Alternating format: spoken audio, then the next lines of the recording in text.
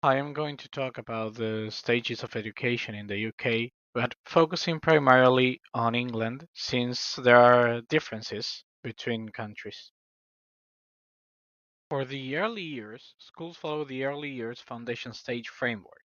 This framework establishes what children need to be learning, how they can learn that, how the different stages of development progress from birth to 5.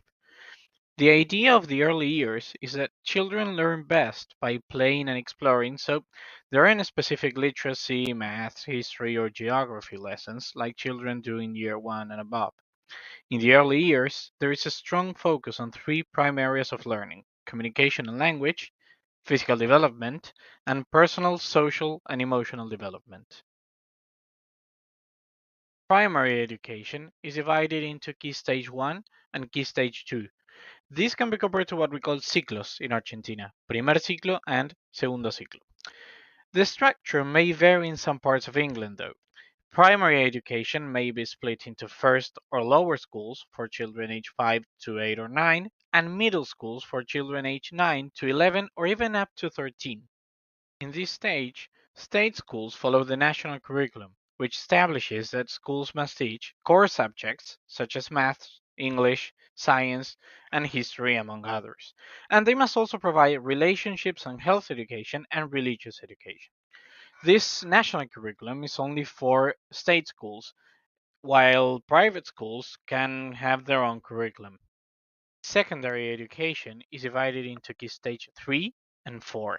In Key Stage 3, children have to study 12 compulsory subjects, what are called the core subjects: English, math, and science, what are called the foundation subjects: computing, physical education, and citizenship, and also history, geography, at least one modern foreign language, design and technology, and art. The reason why there are 12 compulsory subjects in Key Stage 3 is because in Key Stage 4 starts a preparation process for their GCSEs, or General Certificate of Secondary Education. These are tests for which students prepare for 2 years, and the core subjects remain compulsory in Key Stage 4, and all students must take their GCSEs in these subjects. But these are not the only subjects. Students typically select 4 or 5 additional subjects depending on what the school offers and its timetabling options. For example, if drama is timetabled at the same time as Spanish, they can only take one of those. But they must choose at least one subject out of arts, design and technology, humanities, and modern foreign languages. The GCSEs are taken across the UK except in Scotland, where they have the SCE, or Scottish Certificate of Education. Further education refers to all post-16 courses and qualifications that are lower than a degree. There are many types, but they can be divided broadly into two: academic qualifications and vocational qualifications. For academic qualifications, most schools in the UK have what is called a sixth form, for students to enter after they have taken their GCSEs.